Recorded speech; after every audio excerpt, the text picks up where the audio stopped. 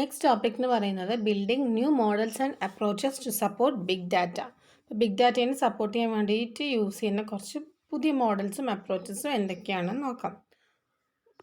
നമുക്കറിയാം big data എന്ന് പറയുന്നത് റീസെൻ്റ്ലി ആണ് അതൊരു അത്രയും അധികം കമ്പനീസൊക്കെ യൂസ് ചെയ്യാൻ തുടങ്ങിയിട്ടുള്ളത് ബിഗ് ഡാറ്റ, അല്ലെങ്കിൽ അത് അതിൻ്റെ ഒരു ഹൈപ്പിലെത്തിയിട്ടുള്ളത് റീസെൻ്റ്ലി ആണ്. അപ്പം അതിൻ്റെ ഒരു എഫക്റ്റീവ് യൂസിന് വേണ്ടിയിട്ട് ഉള്ള ടെക്നോളജീസും കാര്യങ്ങളൊക്കെ ഇപ്പോഴാണ് റീസെൻ്റ്ലി ആണ് അതിൻ്റെ ആ കാര്യങ്ങളൊക്കെ വന്നിട്ടുള്ളത്. അപ്പം അതാണ് ആ ഒരു അപ്പം അങ്ങനെ യൂസ് ചെയ്തിട്ടുള്ള കുറച്ച് അപ്രോച്ചസും മോഡൽസൊക്കെയാണ് നമുക്കിവിടെ പറയണത് കേട്ടോ. ഞാൻ വായിക്കാം. Big data analysis has gotten a lot of hype recently, and for good reason. Companies are excited to be able to access and analyze data they have been collecting or want to gain insight from but have not been able to manage or analyze effectively. അപ്പോൾ big data എന്ന് പറയുന്ന ഈ ഒരു കൺസെപ്റ്റൊക്കെ കമ്പനീസൊക്കെ recently ആണ് അതൊക്കെ collect ചെയ്യാൻ തുടങ്ങിയിട്ടുള്ളത്. പക്ഷേ ആ ഒരു ഡാറ്റയെ എങ്ങനെ എഫക്റ്റീവായിട്ട് യൂസ് ചെയ്യണം, അല്ലെങ്കിൽ അതിനെ എങ്ങനെ അനലൈസ് ചെയ്യണം എന്നുള്ളത് ഈ കമ്പനീസിന് അത് അറിയണ്ടായിരുന്നില്ല. അല്ലെങ്കിൽ ഇങ്ങനെ പറയാം, ഈ ബിഗ് ഡാറ്റയെ എങ്ങനെ എഫക്റ്റീവ്ലി യൂസ് ചെയ്യണം എന്നുള്ളത് കമ്പനീസിനൊന്നും അറിയണ്ടായിരുന്നില്ല. കാരണം അതിന് എഫക്റ്റീവായിട്ട് യൂസ് ചെയ്താൽ മാത്രമേ നമുക്ക്, അല്ലെങ്കിൽ അതിന് കറക്റ്റായിട്ട് അനലൈസ് ചെയ്തിട്ട് അതിന് ഇൻഫർമേഷൻസ് അല്ലെങ്കിൽ ഡാറ്റ എക്സ്ട്രാക്ട് ചെയ്തെടുത്താലേ അത് കമ്പനീസിന് യൂസ് ഉള്ളൂ അല്ലേ. വെറുതെ കുറേ ബിഗ് ഡാറ്റ കിട്ടിയതിന് കൊണ്ട് ഒരു യൂസും ഇല്ല. അപ്പോൾ അതെങ്ങനെയാണ് എന്നുള്ളത് കമ്പനീസിന് അങ്ങനെ അറിയണ്ടായിരുന്നില്ല. And these companies know that something is out there but until recently have not been able to mine it. This pushing the envelope on analysis is an exciting aspect of the big data analysis movement. അപ്പോൾ ഈ കമ്പനിക്കാർക്ക് അറിയാം, കമ്പനീസിനൊക്കെ അറിയാം ആ big ഡാറ്റയിൽ എന്തൊക്കെയോ ഉണ്ട്. From that big data we will get something എന്നുള്ള ആ ഒരു നോളജ് ഉണ്ട്. പക്ഷേ അതെങ്ങനെ എക്സ്ട്രാക്ട് ചെയ്ത് എടുക്കും, അല്ലെങ്കിൽ അത് ആ ഡാറ്റ അതിൻ്റെ ഉള്ളിലുള്ള വാല്യുബിൾ ആയിട്ടുള്ള ഇൻഫർമേഷൻ നമ്മൾ എങ്ങനെ മൈൻ ചെയ്തെടുക്കും എന്നുള്ളത് കമ്പനീസിനൊന്നും അങ്ങനെ അറിയണ്ടായിരുന്നില്ല. അപ്പോൾ പിന്നെയാണ് അതിനെങ്ങനെ ആ എക്സ്ട്രാക്ഷൻ ആ ഒരു ഇതൊക്കെ പുറത്തേക്ക് അതൊക്കെ ഒന്ന് ഇതായിട്ട് വന്നിട്ടുള്ളത് പിന്നെയുള്ള കാലത്ത്. അപ്പം ആദ്യം നമുക്ക് അതിൻ്റെ കുറച്ച് ക്യാരക്ടറിസ്റ്റിക്സ് നോക്കാം. നമ്മൾ ബിഗ് ഡാറ്റേൻ്റെ ബേസിക് ക്യാരക്ടറിസ്റ്റിക്സ് എന്ന് പറഞ്ഞിട്ട് ഫസ്റ്റാണ് നമ്മൾ പഠിക്കുന്നുണ്ടല്ലേ 3 V's, വോളിയം, വെലോസിറ്റി എന്നൊക്കെ പറഞ്ഞിട്ട് പഠിക്കുന്നുണ്ട്. അത് കൂടാണ്ട് ബിഗ് ഡാറ്റയിൽ വരുന്ന ഒരു എക്സ്ട്രാ ആ 3 V's അല്ലാണ്ട് 3+1 നമ്മൾ 4 പറയണ്ടായിരുന്നു അല്ലേ. അപ്പോൾ ആ V's അല്ലാണ്ട്, അല്ലെങ്കിൽ വെലോസിറ്റി, വോളിയം, വെറൈറ്റി അങ്ങനത്തെ കാര്യങ്ങളല്ലാണ്ട് ബിഗ് ഡാറ്റയിൽ വരുന്ന അഡീഷണൽ ക്യാരക്ടറിസ്റ്റിക്സ് ആണ് നമുക്ക് ഈ ഒരു സെക്ഷനിൽ പഠിക്കാനുള്ളത്. Okay, so big data analysis should be viewed from 2 perspective, decision oriented and action oriented. അപ്പോൾ ബിഗ് ഡാറ്റ 2 കാര്യങ്ങൾക്ക് വേണ്ടിയിട്ടാണ് യൂസ് ചെയ്യുന്നത്. ഒന്ന് ഡിസിഷൻ ഓറിയൻറ്റഡ്, കമ്പനീസിനൊക്കെ ഈ ഡാറ്റ എടുത്തിട്ട് അതിൽ നിന്ന് ഇൻഫർമേഷൻ എക്സ്ട്രാക്ട് ചെയ്തിട്ട് അതിനെ ബേസ് ചെയ്തിട്ട് ഓരോ ഡിസിഷൻസ് എടുക്കാൻ വേണ്ടിയിട്ട് യൂസ് ചെയ്യും. രണ്ടാമത് പറയുന്ന action oriented, based on that data, അല്ലെങ്കിൽ ആ ഡാറ്റേൻ്റെ മുകളിൽ എന്തെങ്കിലും ആക്ഷൻസ് പെർഫോം ചെയ്യാനും യൂസ് ചെയ്യും. അപ്പോൾ ഈ ബിഗ് ഡാറ്റ നമ്മൾ ഇങ്ങനെയുള്ള 2 കേസസിന് വേണ്ടിയിട്ടാണ് നോർമലി കമ്പനീസിലൊക്കെ യൂസ് ചെയ്യുന്നത്. Either it can B decision oriented analysis ആവാം, അല്ലെങ്കിൽ it can B action oriented analysis. അപ്പോൾ അത് ഓരോന്ന് നോക്കാം. Decision oriented analysis is more akin to traditional business intelligence. We look at selective subsets and representation of larger data sources and try to apply the result of the process of making business decision. അപ്പോൾ ഇതിലെന്താ ചെയ്യുന്നത്, ഇതിൽ ഡാറ്റേനെ എടുത്തിട്ട് നമ്മൾ പണ്ട് കാലത്ത് business ഇൻ്റലിജൻസിന് use ചെയ്യുന്ന പോലെ, പണ്ട് എങ്ങനെയായിരുന്നു ഈ ഡാറ്റ വെച്ചിട്ട് അതിൻ്റെ അല്ലെങ്കിൽ ഈ റിപ്പോർട്ടും അങ്ങനെയുള്ള കാര്യങ്ങളൊക്കെ ജനറേറ്റ് ചെയ്യും ഒരു ബിസിനസ്സിൻ്റെ. അപ്പോൾ അതിനെ ബേസ് ചെയ്തിട്ടായിരുന്നു ഡിസിഷൻ മേക്കേഴ്സൊക്കെ ആ ഒരു കമ്പനിയിൽ ഡിസിഷൻ എടുക്കുന്നുണ്ടായിരുന്നു. അതേപോലെ തന്നെ ഇവിടെ എന്താണ്, ഈ ഡാറ്റേനെ കളക്ട് ചെയ്തിട്ട് ആ ഡാറ്റേനെ ബേസ് ചെയ്തിട്ട് എന്താ ചെയ്യുന്നത്, കമ്പനീസിലൊക്കെ ഡിസിഷൻസ് എടുക്കാൻ വേണ്ടിയിട്ട് യൂസ് ചെയ്യും, അല്ലെങ്കിൽ ബിസിനസ് ഡിസിഷൻസ് എടുക്കാൻ വേണ്ടിയിട്ടൊക്കെ യൂസ് ചെയ്യുന്നുണ്ട്. അതിനു വേണ്ടി യൂസ് ചെയ്യാൻ ഡിസിഷൻ ഓറിയൻറ്റഡ് അനാലിസിസ് എന്ന് പറയുന്നത്. Certainly, these decisions might result in some kind of action or process change, but the purpose of the analysis is to augment decision making. പക്ഷെ നമുക്കറിയാം, ഒരു തീരുമാനം എടുത്തു കഴിഞ്ഞാൽ പിന്നെ അടുത്ത എന്താണ്, ആ തീരുമാനത്തിനനുസരിച്ചുള്ള ആക്ഷൻ നടക്കും അല്ലേ. ആഫ്റ്റർ ഓൾ വെറുതെ ഒരു തീരുമാനമല്ലല്ലോ എടുക്കുക, ജസ്റ്റ് ആഫ്റ്റർ ആ ഒരു ഡിസിഷൻ എടുത്തതിന് ശേഷം അതിൻ്റെ ആഫ്റ്റർ എഫക്റ്റ് എന്തായിരിക്കും, എന്തെങ്കിലും ഒരു കറസ്പോണ്ടിങ് ആക്ഷൻ ഉണ്ടാവും അല്ലേ. പക്ഷേ അങ്ങനെ ആക്ഷൻ ഉണ്ടെങ്കിൽ കൂടി ഈ ഒരു ഡിസിഷൻ ഓറിയൻറ്റഡ് അനാലിസിസിൻ്റെ മെയിൻ എയിം എന്ന് പറയുന്നത് എന്താണ്? Just for taking a decision. ഒരു കമ്പനിയിൽ ഡിസിഷൻ എടുക്കാൻ വേണ്ടിയിട്ടാണ് ഈ ഒരു ഡിസിഷൻ ഓറിയൻറ്റഡ് അനാലിസിസ് ബിഗ് ഡാറ്റേൻ്റെ മുകളിൽ ചെയ്യുന്നത്. രണ്ടാമത്തെ type is action oriented analysis. It is used for rapid response when a pattern emerges or specific kinds of data are detected and action is required.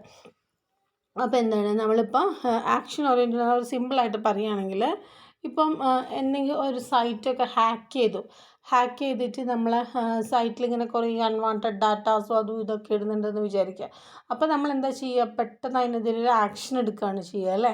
അപ്പം അങ്ങനെയുള്ള കാര്യങ്ങൾ ചെയ്യാൻ വേണ്ടിയിട്ട് അല്ലെങ്കിൽ അങ്ങനെയുള്ള കാര്യങ്ങൾക്ക് വേണ്ടിയിട്ടുള്ള അനാലിസിസിനാണ് ആക്ഷൻ ഓറിയൻറ്റഡ് അനാലിസിസ്. എന്തെങ്കിലും ഒരു ഈവൻറ്റ് അല്ലെങ്കിൽ എന്തെങ്കിലും ഒരു കാര്യം ഒക്കർ ചെയ്ത് കഴിഞ്ഞാൽ ഒരു സഡൻ ആയിട്ട് we have to take some action.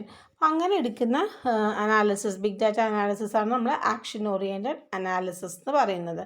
So we discuss these kinds of use cases through out കണ്ടോ. Taking advantage of big data through analysis and causing proactive or reactive behavior changes offer great potential for early adopters. അപ്പോൾ ഇങ്ങനെ big ഡാറ്റയിൽ നിന്ന് ഇങ്ങനെ നമ്മൾ action oriented analysis എടുക്കുന്നത് കുറേ ഹെൽപ്ഫുള്ളാണ് ഇങ്ങനെയുള്ള കാര്യങ്ങളൊക്കെ ചെയ്യാൻ വേണ്ടിയിട്ട്. Okay, next we have to look the characteristics. നമ്മൾ മെയിൻ ടോപ്പിക് എന്ന് പറയുന്നതാണ് what are the various characteristics of big data. അപ്പോൾ നമ്മൾ ആദ്യം കണ്ട 3 V's ഉണ്ടായിരുന്നു അല്ലേ? Volume, velocity and variety. ആദ്യമേ പറയണമായിരുന്നു ബിഗ് ഡാറ്റ എന്ന് പറഞ്ഞു കഴിഞ്ഞാൽ തന്നെ നമ്മൾ ആദ്യം അത് എഴുതണം. ദ 3 ഡിഫറെൻറ്റ് ക്യാരക്ടറിസ്റ്റിക്സ് അല്ലെങ്കിൽ 3 ഇമ്പോർട്ടൻറ്റ് ക്യാരക്ടറിസ്റ്റിക്സ് ഓഫ് ബിഗ് ഡാറ്റയാണ് volume, variety and velocity. So other than that നമുക്ക് വരുന്ന ഓരോ ബിഗ് ഡാറ്റയിൽ വരുന്ന കുറച്ച് ക്യാരക്ടറിസ്റ്റിക്സ് എന്തൊക്കെയാണെന്ന് നോക്കാം. First one is that it can be programmatic. One of the biggest changes in terms of analysis is that in the past you were dealing with data sets you could manually load into an application and visualize and explore.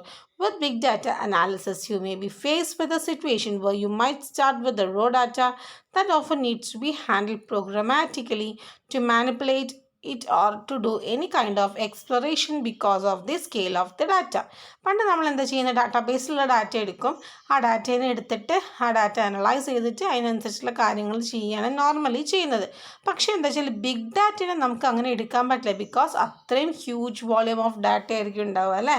അപ്പോൾ big ഡാറ്റേൻ്റെ മുകളിൽ നമുക്ക് എന്തെങ്കിലും ഒരു information എടുക്കണമെങ്കിലോ അല്ലെങ്കിൽ എന്തെങ്കിലും ഒരു കാര്യം ചെയ്യണമെങ്കിൽ ബേസ്ഡ് ഓൺ ബിഗ് ഡാറ്റേനെ ബേസ് ചെയ്തിട്ട് നമുക്ക് എന്ത് കാര്യം ചെയ്യണമെങ്കിലും first we have to code the data. അതിന് ഡയറക്റ്റ് നമുക്ക് എടുത്തിട്ട് യൂസ് ചെയ്യാൻ പറ്റില്ല.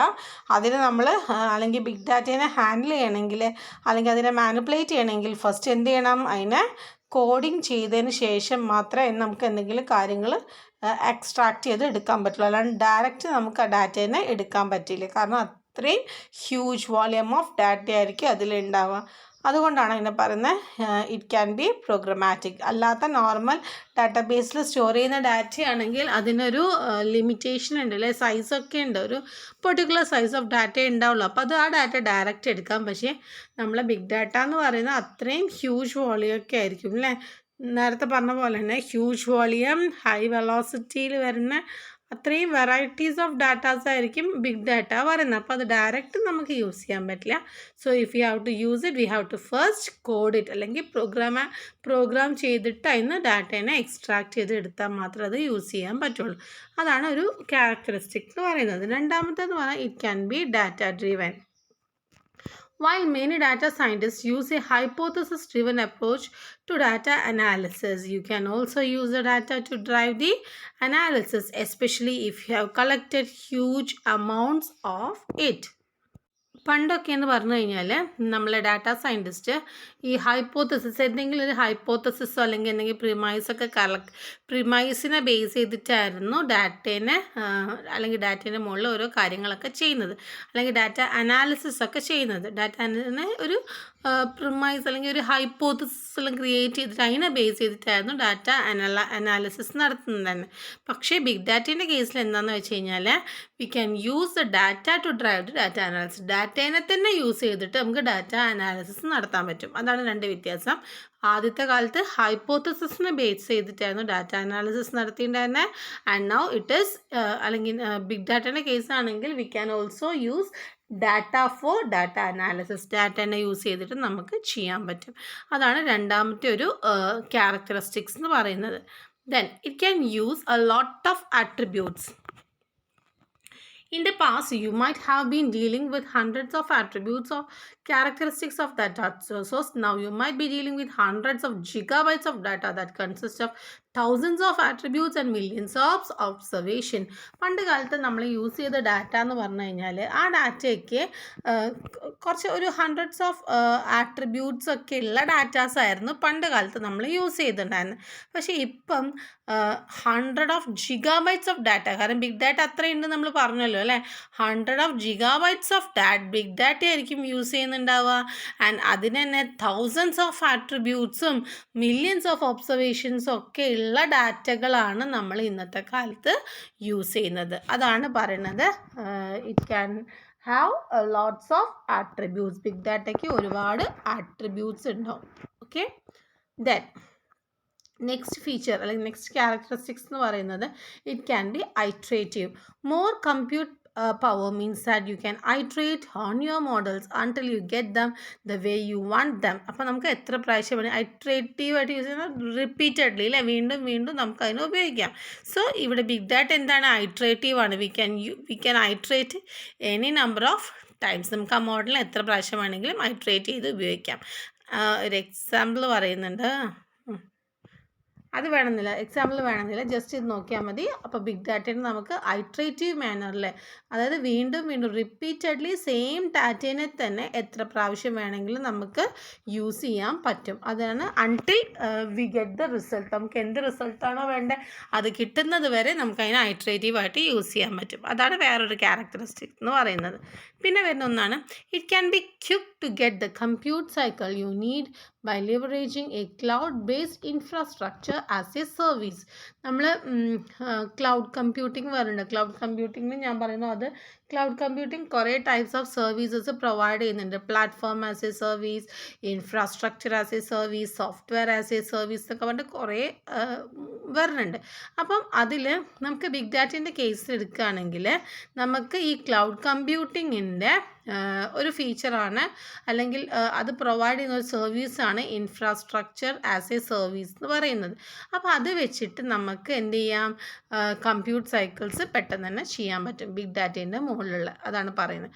വിത്ത് infrastructure as a service, platforms like Amazon cloud service, you can rapidly provision a cluster of machines to ingest large data set and analyse them quickly. ഇപ്പം നമുക്ക് കുറേ data ഉണ്ടല്ലോ, അപ്പോൾ ഡാറ്റേനെ നമുക്ക് പെട്ടെന്ന് അനലൈസ് ചെയ്യണമെങ്കിൽ നമുക്ക് എന്ത് ചെയ്യാം, ഈ ക്ലൗഡ് കമ്പ്യൂട്ടിംഗ് വെച്ചിട്ട് നമുക്ക് ക്ലൗഡ് കമ്പ്യൂട്ടിങ്ങിൽ നമുക്ക് അത് നിങ്ങൾക്ക് എത്രത്തോളം അറിയുമെന്ന് എനിക്കറിയില്ല, അത് കുറച്ച് ഡീറ്റെയിൽ ആയിട്ട് പറയാനുള്ള കാര്യമാണ്.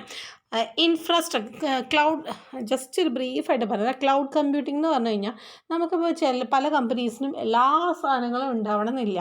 ഇപ്പം എല്ലാ ഇപ്പോൾ ഒരു സാധനം ഒരു പ്രോഗ്രാമോ അല്ലെങ്കിൽ എന്തെങ്കിലും ഒരു ഡെവലപ്മെൻറ്റിൻ്റെ എല്ലാ സോഫ്റ്റ്വെയറും ഉണ്ടാവണമെന്നില്ല. അവർക്ക് അതിന് ആവശ്യമുള്ള എല്ലാ ഇൻഫ്രാസ്ട്രക്ചറൊന്നും വേണമെന്നില്ല. അപ്പം നമുക്ക് എന്ത് ചെയ്യാം, ഈ ക്ലൗഡ് കമ്പ്യൂട്ടിംഗ് വഴി അല്ലെങ്കിൽ ക്ലൗഡ് സെർവേഴ്സ് വഴി നമുക്ക് വേണ്ട സാധനങ്ങൾ എടുക്കാം. അതിലുള്ള ഒന്നാണ് ഇൻഫ്രാസ്ട്രക്ചർ ആസ് എ സർവീസ്. അപ്പം നമുക്ക് എന്തെങ്കിലും സാധനം ചെയ്യാൻ വേണ്ടിയിട്ടുള്ള ഇൻഫ്രാസ്ട്രക്ചർ അവർ പ്രൊവൈഡ് ചെയ്യും, ഷെയർ ചെയ്ത് ഉപയോഗിക്കാം.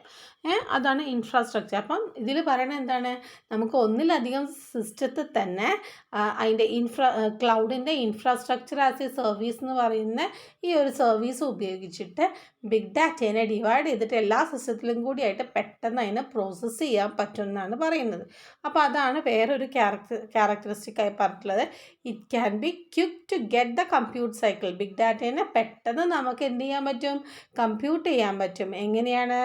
U need by leveraging a cloud based infrastructure as a service. നമുക്ക് ക്ലൗഡ് കമ്പ്യൂട്ടിങ്ങിൻ്റെ ഇൻഫ്രാസ്ട്രക്ചർ ആസ് എ സർവീസ് എന്ന് പറയുന്ന സർവീസ് ഉപയോഗിച്ചിട്ട് പെട്ടെന്ന് തന്നെ ഈ ഡാറ്റേനെ കമ്പ്യൂട്ട് ചെയ്യാൻ പറ്റും.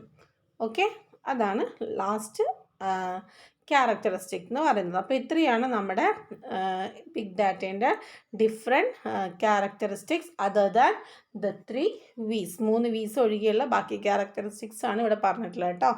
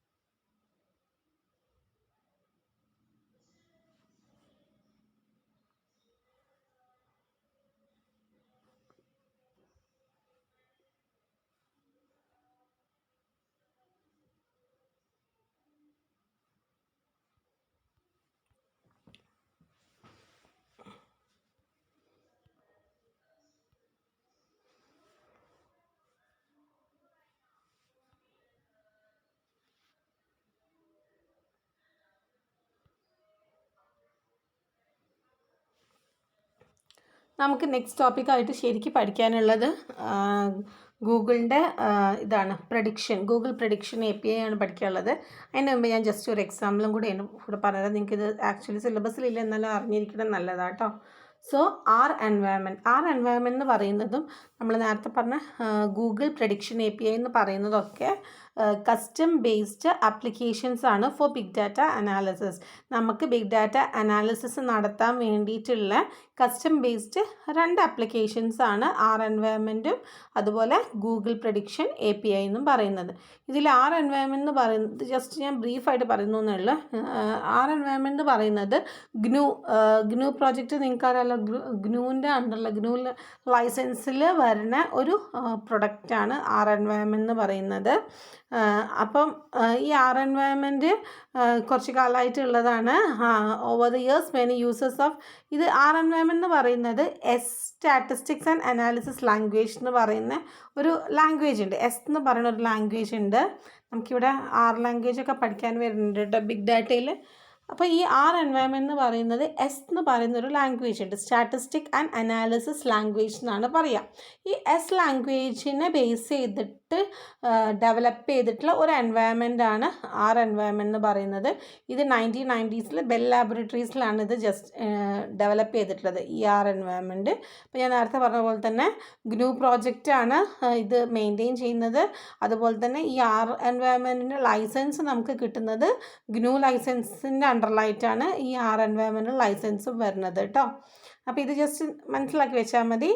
ഇപ്പോൾ ഇതെന്ന് പറഞ്ഞാൽ വേറെ ഒന്നുമല്ല, ഒരു സോഫ്റ്റ്വെയർ ടൂളാണ്, ഒരു കസ്റ്റമൈസ്ഡ് സോഫ്റ്റ്വെയർ ടൂളാണ് നമ്മുടെ ബിഗ് ഡാറ്റ അനാലിസിസ് നടത്താൻ വേണ്ടിയിട്ടുള്ള. ഓക്കെ, അപ്പം നമുക്കിവിടെ ആക്ച്വലി പഠിക്കാനുള്ളത് ഗൂഗിൾ പ്രഡിക്ഷൻ API ആണ്. ഗൂഗിൾ പ്രഡിക്ഷൻ API എന്ന് പറയുന്നതും it's also a big data analysis tool. നമുക്ക് ഇപ്പം മേർജായി വരുന്ന നല്ല ഇതായിട്ട് വരുന്ന ഒരു API ആണ്. നമ്മളെ ബിഗ് ഡാറ്റേൻ്റെ അനാലിസിസിന് വേണ്ടി യൂസ് ചെയ്യുന്ന ഒരു ടൂളാണ് ഗൂഗിൾ പ്രഡിക്ഷൻ API എന്ന് പറയുന്നത്. നമുക്ക് പേര് തന്നെ അറിയാം, ഇത് ഗൂഗിളിൻ്റെ ഒരു ടൂളാണ് കേട്ടോ. ഗൂഗിൾ ഡെവലപ്പറാണ്, ഗൂഗിൾ എന്ന് പറഞ്ഞ കമ്പനിയാണ് ഈ ഒരു ടൂള് ഡെവലപ്പ് ചെയ്തിട്ടുള്ളത്. അപ്പോൾ ഞാൻ വേഗം പറഞ്ഞുതരാം. The Google prediction API is an example of an emerging class of big data analysis application tool. അപ്പോൾ ബിഗ് ഡാറ്റ അനാലിസിസിന് വേണ്ടിയിട്ട് യൂസ് ചെയ്യുന്ന ആപ്ലിക്കേഷൻ ടൂൾസിൻ്റെ ഒരു കളക്ഷനാണ് എന്തിലുള്ളത്, നമ്മളെ ഗൂഗിൾ പ്രഡിക്ഷൻ APIയിലുള്ളത്. And it is available on the Google developers website and is well documented and provided with several mechanism for access using different programming language. അപ്പോൾ ഇത് ഭയങ്കര നന്നായിട്ട് ഡോക്യുമെൻ്റ് ചെയ്തിട്ടുള്ള, നന്നായിട്ട് ഡെവലപ്പ് ചെയ്ത് വെച്ചിട്ടുള്ള ഒരു വെബ്സൈറ്റാണ് അല്ലെങ്കിൽ ടൂളാണ് ഗൂഗിൾ പ്രഡിക്ഷൻ API എന്ന് പറയുന്നത്. ഇതിൽ നമുക്ക് different type of programming language വെച്ചിട്ട് ചെയ്യാൻ പറ്റുന്ന ഒരു ടൂളാണ്. നമുക്ക് ഏത് ലാംഗ്വേജ് വേണമെങ്കിൽ നമുക്ക് ഇതിലേക്ക് യൂസ് ചെയ്യാൻ പറ്റും. ഓക്കെ, അതുപോലെ തന്നെ ഈ ഒരു ടൂള് നമ്മളെ യൂസേഴ്സിലേക്ക് എത്താൻ വേണ്ടിയിട്ട് ഫസ്റ്റ് 6 months ഇത് ഫ്രീ സബ്സ്ക്രിപ്ഷനാണ്. അത് കഴിഞ്ഞിട്ട് നമ്മൾ അതിനുള്ള ഫീസെല്ലാം കൊടുത്താൽ മതി. ഫസ്റ്റ് 6 months അത് ഫ്രീ ആട്ടോ. പറയണല്ലോ, ജസ്റ്റ് നോക്കിയാൽ മതി. Then the prediction API is fairly simple. It looks four patterns and matches them to prospective, prescriptive or other existing patterns. ഇവിടെ എന്താ ചെയ്യുന്നത്, പാറ്റേൺസിനെ ബേസ് ചെയ്തിട്ടാണ് ഈ ഒരു പ്രഡിക്ഷൻ API പ്രഡിക്റ്റ് ചെയ്യല്ലേ എങ്ങനെയാണെന്ന്. അപ്പോൾ പ്രഡിക്ഷൻ API വർക്ക് ചെയ്യുന്നത് അല്ലെങ്കിൽ അത് എക്സിക്യൂട്ട് ചെയ്യുന്നത് എന്തിനു വെച്ചിട്ട് ആ പാറ്റേൺസിനെ ബേസ് ചെയ്തിട്ടാണ്. കുറേ പാറ്റേൺസ് നമ്മൾ ഓൾറെഡി ഉണ്ടാക്കി വെക്കും. അപ്പം ഓൾറെഡി ഡിഫൈൻ ചെയ്ത് വെച്ച ഒരുപാട് പാറ്റേൺസ് ഉണ്ടാവും. എന്നിട്ട് എന്താ, ഇപ്പോൾ ഒരു ബിഗ് ഡാറ്റേൻ്റെ ഒരു പാറ്റേൺ കിട്ടിക്കഴിഞ്ഞാൽ ആ പാറ്റേൺ മറ്റേ ബാക്കിയുള്ള പാറ്റേൺസായിട്ട് മാച്ച് ആവുന്നുണ്ടോ എന്ന് നോക്കിയിട്ട് അതിനെ ബേസ് ചെയ്തിട്ടാണ് പ്രഡിക്ഷൻസ് ഒക്കെ നടത്തുക. Okay, while performing it's pattern matching it also learns. അപ്പോൾ ഈ പാറ്റേൺ മാച്ചിങ് നടത്തുന്നതിൻ്റെ കൂടെ തന്നെ അത് എന്തും ചെയ്യുന്നുണ്ട്, മെഷീൻ ലേണിംഗ് പഠിക്കുന്നില്ലേ, ഓരോന്നും ഇങ്ങനെ ലേൺ ചെയ്യും. അപ്പോൾ അതേപോലെ ഇത് ഓരോ പാറ്റേൺ കിട്ടുമ്പോഴും അത് എക്സിസ്റ്റിംഗ് പാറ്റേൺ ആയിട്ട് ഏത് പാറ്റേൺ ആയിട്ടാണ് മാച്ച് ആവുന്നത് നോക്കും. അതിൻ്റെ കൂടെ അത് ആ മെഷീൻ തന്നെ ലേൺ ചെയ്യുന്നുണ്ട്. So in other words you may use it, the smarter it gets. What kind of things could you learn from using the prediction API? അപ്പോൾ ഇതിലെന്താ പറഞ്ഞാൽ നമുക്ക് യൂസ് ചെയ്യുന്ന ഇപ്പോൾ എന്തൊരു സാധനം അങ്ങനെയാണ് നമ്മൾ ഓരോന്നും എത്രത്തോളം യൂസ് ചെയ്യുന്നുണ്ട് അതിനനുസരിച്ച് നമ്മൾ അതിന് പഠിച്ചുകൊണ്ട് നിൽക്കും അല്ലേ. അപ്പോൾ അതേപോലെ തന്നെയാണ് ഈ ഒരു സിസ്റ്റം എന്ന് പറയുന്നത്, അല്ലെങ്കിൽ ഈ ഒരു ടൂൾ എന്ന് പറയുന്നതും എന്താണ്, how much you use it the smarter it gets. നമ്മൾ യൂസ് ചെയ്യുന്നതനുസരിച്ച് അതിൻ്റെ റിസൾട്ട് നമുക്ക് നന്നായിട്ട് കിട്ടുകയും ചെയ്യും. സോ അതിനൊരു example, suppose that you wanted to understand consumer behaviour. നമുക്കൊരു ഒരു കമ്പനി ഉണ്ട്, ഒരു പ്രൊഡക്റ്റ് സെൽ ചെയ്യുന്ന ഒരു കമ്പനിയാണെന്ന് വിചാരിക്കുക. ആ കമ്പനിക്ക് ഇപ്പം എന്തെങ്കിലും ഒരു മൊബൈൽ കമ്പനിയോ നോക്കിയ അല്ലെങ്കിൽ സാംസങ് അങ്ങനെയുള്ള ഏതെങ്കിലും ഒരു കമ്പനി എടുക്കുക. അപ്പം അവർക്ക് കസ്റ്റമറിൻ്റെ ബിഹേവിയർ എങ്ങനെയാണ്, അവർ കസ്റ്റമേഴ്സ് എന്ത് ടൈപ്പ് ഓഫ് ഫോൺസ് ആയിരിക്കും യൂസ് ചെയ്യുന്നുണ്ടാവുക, അങ്ങനെയുള്ള കാര്യങ്ങളൊക്കെ നോക്കണമെങ്കിൽ എന്താ ചെയ്യുക, ഇവർ ആദ്യം എന്താ ചെയ്യേണ്ടത്, നമ്മൾ എന്തൊരു സാധനം കിട്ടിക്കഴിഞ്ഞാൽ നേരെ അതിൻ്റെ റിവ്യൂ അല്ലെങ്കിൽ അതിൻ്റെ ഒരു ഇതൊക്കെ എന്തിലിടും, നമ്മുടെ സോഷ്യൽ മീഡിയ സൈറ്റ്സിലാണ് കിട്ടുന്നത് അല്ലേ. ഇപ്പോൾ ഈവൻ നമ്മൾ തന്നെ ഇപ്പം എന്തെങ്കിലും ഒരു പ്രോഡക്റ്റ് വാങ്ങുകയാണെങ്കിൽ നമ്മൾ നേരെ കയറും ഗൂഗിളിൽ കയറിയിട്ട് അതിൻ്റെ റിവ്യൂസ് നോക്കും, ആൾക്കാരിടുന്ന അല്ലേ, അങ്ങനെ റിവ്യൂസിനെയൊക്കെ ബേസ് ചെയ്തിട്ടാണ് നമ്മൾ എന്തൊരു പ്രോഡക്റ്റും. പിന്നെ ഇപ്പം കാറാണെങ്കിലും മൊബൈലാണെങ്കിലൊക്കെ തന്നെ ഇപ്പോൾ കുറേ യൂട്യൂബേഴ്സ് ഉണ്ട്. അപ്പോൾ യൂട്യൂബേഴ്സ് ഇങ്ങനെ റിവ്യൂ ചെയ്യുന്ന ഒരുപാട് ആൾക്കാരുണ്ട് അല്ലേ, പ്രോഡക്റ്റ്സ് റിവ്യൂ ഒക്കെ ചെയ്യുന്ന. അപ്പം അങ്ങനെയുള്ള കാര്യങ്ങളൊക്കെ നോക്കിയിട്ടാണ് ആൾക്കാർ ഓരോ സാധനങ്ങളും നോർമലി വാങ്ങുന്നത്. അപ്പം നമ്മൾ ഇങ്ങനെയുള്ള ഡെവലപ്പ് ചെയ്യുന്ന ഒരു കമ്പനിയാണെന്ന് വിചാരിക്കുക, ഇങ്ങനെയുള്ള ഒരു പ്രൊഡക്ട്സ് ഒക്കെ ഡെവലപ്പ് ചെയ്യുന്ന ഒരു കമ്പനിയാണെങ്കിൽ അവരെന്താ, കൺസ്യൂമർ ബിഹേവിയർ അവർക്ക് മനസ്സിലാവണം അല്ലേ. അപ്പോൾ കൺസ്യൂമർ ബിഹേവിയർ മനസ്സിലാവാൻ വേണ്ടിയിട്ട് ഇവരെന്താ ചെയ്യുന്നത്, they look for the social media posts. അപ്പോൾ അത് നോക്കുന്നത്, you might want to source postings from Facebook, Twitter, Amazon and Foursquare social sites looking for specific patterns of behaviour. അപ്പോൾ ഇവരെന്താ ചെയ്യുക, ഇങ്ങനെയുള്ള സോഷ്യൽ മീഡിയ സൈറ്റ്സിൽ വെച്ചിട്ട് ഇതിൻ്റെ ഡാറ്റാസൊക്കെ കളക്ട് ചെയ്തിട്ട് അതിനെ ബേസ് ചെയ്തിട്ടാണ് ഈ കൺസ്യൂമർ ബിഹേവിയറൊക്കെ മനസ്സിലാക്കുന്നത്, അല്ലെങ്കിൽ അതിൻ്റെ പാറ്റേണൊക്കെ മനസ്സിലാക്കുന്നത്. And if you are consumer product company you might want to suggest new or existing product based on the information on the social site. ഈ സോഷ്യൽ സൈറ്റിലുള്ള ഇൻഫർമേഷനെ ബേസ് ചെയ്തിട്ടാണ് ഈ ഓരോ കമ്പനീസും ഓരോ കാര്യങ്ങളൊക്കെ ഡിസൈഡ് ചെയ്യുന്നത്. ഈ രണ്ടാമത്തെ കേസ് നോക്കാം, അതൊരു എക്സാമ്പിൾ, ഒരു കൺസ്യൂമർ പ്രൊഡക്റ്റ് ആണെങ്കിൽ. രണ്ടാമത്, if you are a Hollywood production company ആണെന്ന് വിചാരിക്കുക, you might want to notify people of a new movie with one of their favorite stars. The prediction API gives you the opportunity to predict future behavior by analyzing habits and prior actions. അതുപോലെ തന്നെ ഇപ്പം നമ്മളൊരു company, ഒരു film production കമ്പനിയാണെന്ന് വിചാരിക്കുക. അപ്പോൾ ഈ ആൾക്കാരുടെ അടുത്ത് ഈ കാര്യങ്ങളൊക്കെ നമ്മളെങ്ങനെ സോഷ്യൽ മീഡിയ വഴിയാണ് കൊടുക്കുക അല്ലേ. സോഷ്യൽ മീഡിയ വഴി അതിലുള്ള നായകൻ ആരാന്ന് വെച്ചാൽ അവരിതൊക്കെ വെച്ചിട്ടുള്ളൊരു പോസ്റ്റും കാര്യങ്ങളൊക്കെ ഇറക്കിയിട്ട് ആ ഒരു രീതിയിലാണ് നമ്മൾ ചെയ്യുക. അപ്പോൾ എന്താണ് അതേപോലത്തെ. അപ്പോൾ ഈ പ്രഡിക്ഷൻ API എന്താ ചെയ്യുന്നത്, അല്ലെങ്കിൽ പ്രഡിക്ഷൻ API ടൂള് ഈ ബിഗ് ഡാറ്റ അനലൈസ് ചെയ്യാൻ വേണ്ടിയിട്ട് ഇവിടെ പാറ്റേൺസ് ആണ് യൂസ് ചെയ്യുന്നത്. ആൻഡ് ഈ പാറ്റേൺസ് ഒക്കെ മനസ്സിലാക്കാൻ വേണ്ടിയിട്ട്, അല്ലെങ്കിൽ പാറ്റേൺസിന് വേണ്ടി ഡാറ്റ എടുക്കാൻ വേണ്ടിയിട്ട് എന്താ ചെയ്യണമെന്ന് വെച്ചാൽ, ഈ സോഷ്യൽ മീഡിയ സൈറ്റ്സ് എന്നുള്ള നമ്മൾ പറഞ്ഞിട്ടുണ്ടല്ലോ, സോഷ്യൽ മീഡിയയിൽ വരുന്ന ബിഗ് ഡാറ്റാസ്. അപ്പോൾ അങ്ങനെ വരുന്ന ബിഗ് ഡാറ്റാസിനെ എടുത്തിട്ട് അതിനെ അനലൈസ് ചെയ്തിട്ടാണ് ഈ പ്രഡിക്ഷൻസും കാര്യങ്ങളൊക്കെ നടക്കുന്നത്, അല്ലെങ്കിൽ ഈ ടൂൾസ് വർക്ക് ചെയ്യുന്നത്. Okay, and prediction is implemented as a RESTful API with language support for .NET, Java, PHP, JavaScript, Python, Ruby and many others. ഞാൻ നേരത്തെ ഇത് പറഞ്ഞല്ലോ അല്ലേ, V can use any language, അല്ലെങ്കിൽ ഇത് ഡിഫറെൻറ്റ് ലാംഗ്വേജസ് സപ്പോർട്ട് ചെയ്യുന്നുണ്ട് എന്ന് പറഞ്ഞു.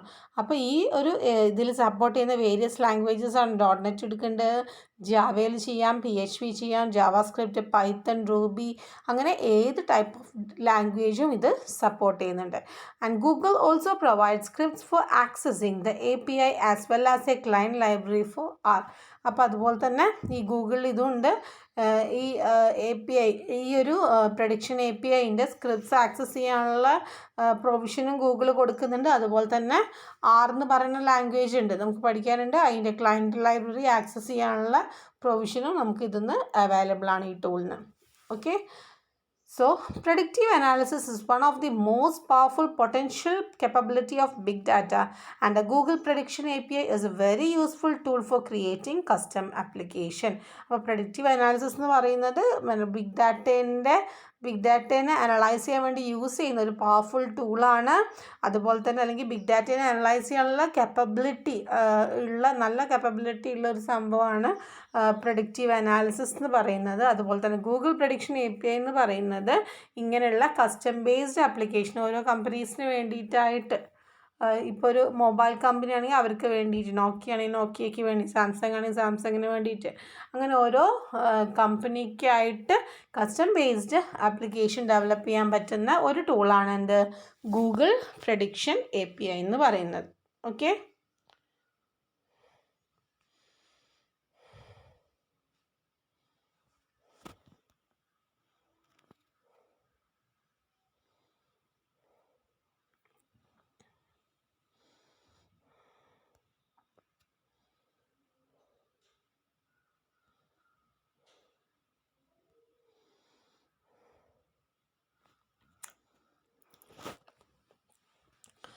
അതുപോലെ തന്നെ ഇപ്പോൾ ബിഗ് ഡാറ്റേൻ്റെ എവല്യൂഷൻ കൂടിയിട്ടല്ലേ ഉള്ളത്. ഒരുപാട് ബിഗ് ഡാറ്റാസ് എല്ലാ കമ്പനീസും ഇങ്ങനെ യൂസ് ചെയ്തുകൊണ്ടിരിക്കുകയാണ് ചെയ്യുന്നത് അല്ലേ. So as big data evolves many new types of customer application tools will be introduce to the market. അങ്ങനെ ബിഗ് ഡാറ്റ കൂടുന്നതിനനുസരിച്ച് കുറേ ടൂൾസ് ഈ മാർക്കറ്റിലേക്ക് വരുന്നുണ്ട്. ഈ ബിഗ് ഡാറ്റ വെറുതെ ബിഗ് ഡാറ്റ കിട്ടിയിട്ട് കാര്യമില്ലല്ലോ അല്ലേ. ബിഗ് ഡാറ്റ അനലൈസ് ചെയ്യണം മസ്റ്റായിട്ട്. സോ ഇങ്ങനെ ബിഗ് ഡാറ്റേനെ അനലൈസ് ചെയ്യാൻ വേണ്ടിയിട്ടുള്ള കുറേ ടൂൾസ് മാർക്കറ്റിൽ ഇങ്ങനെ വന്നുകൊണ്ട് നിൽക്കുന്നുണ്ട്. ആൻഡ് ഇറ്റ് വിൽ ബി ഇനിയും വന്നുകൊണ്ട് നിൽക്കും. അപ്പോൾ ഇതൊക്കെയെന്ന് പറയുന്നത് ഒന്നെങ്കിൽ നമ്മൾ നേരത്തെ കണ്ട എൻവയോൺമെൻറ്റ്, അല്ലെങ്കിൽ നമ്മൾ നേരത്തെ ഇപ്പോൾ പറഞ്ഞുകൊണ്ടിരിക്കുന്ന predictive analysis, Google predictive API, ഇത് രണ്ടിലെ ഏതെങ്കിലും ഒന്നിനെ ബേസ് ചെയ്തിട്ടുള്ള ടൂൾസ് ആയിരിക്കും ഇപ്പോൾ വരുന്ന എല്ലാ ടൂൾസും എന്ന് പറയുന്നത്. Okay, അതാ പറഞ്ഞാൽ some may resemble R and others will be introduced as APIs or libraries that programmers can use to create new ways to compute and analyze big data. അപ്പോൾ ഇത് രണ്ടിനെയും ബേസ് ചെയ്തിട്ടുള്ള ടൂൾസാണ് ഇപ്പം വന്നുകൊണ്ടിരിക്കുന്നത്. ഓക്കെ, അപ്പോൾ ഇതാണ് ഗൂഗിൾ പ്രെഡിക്റ്റീവ് API എന്ന് പറയുന്നത്.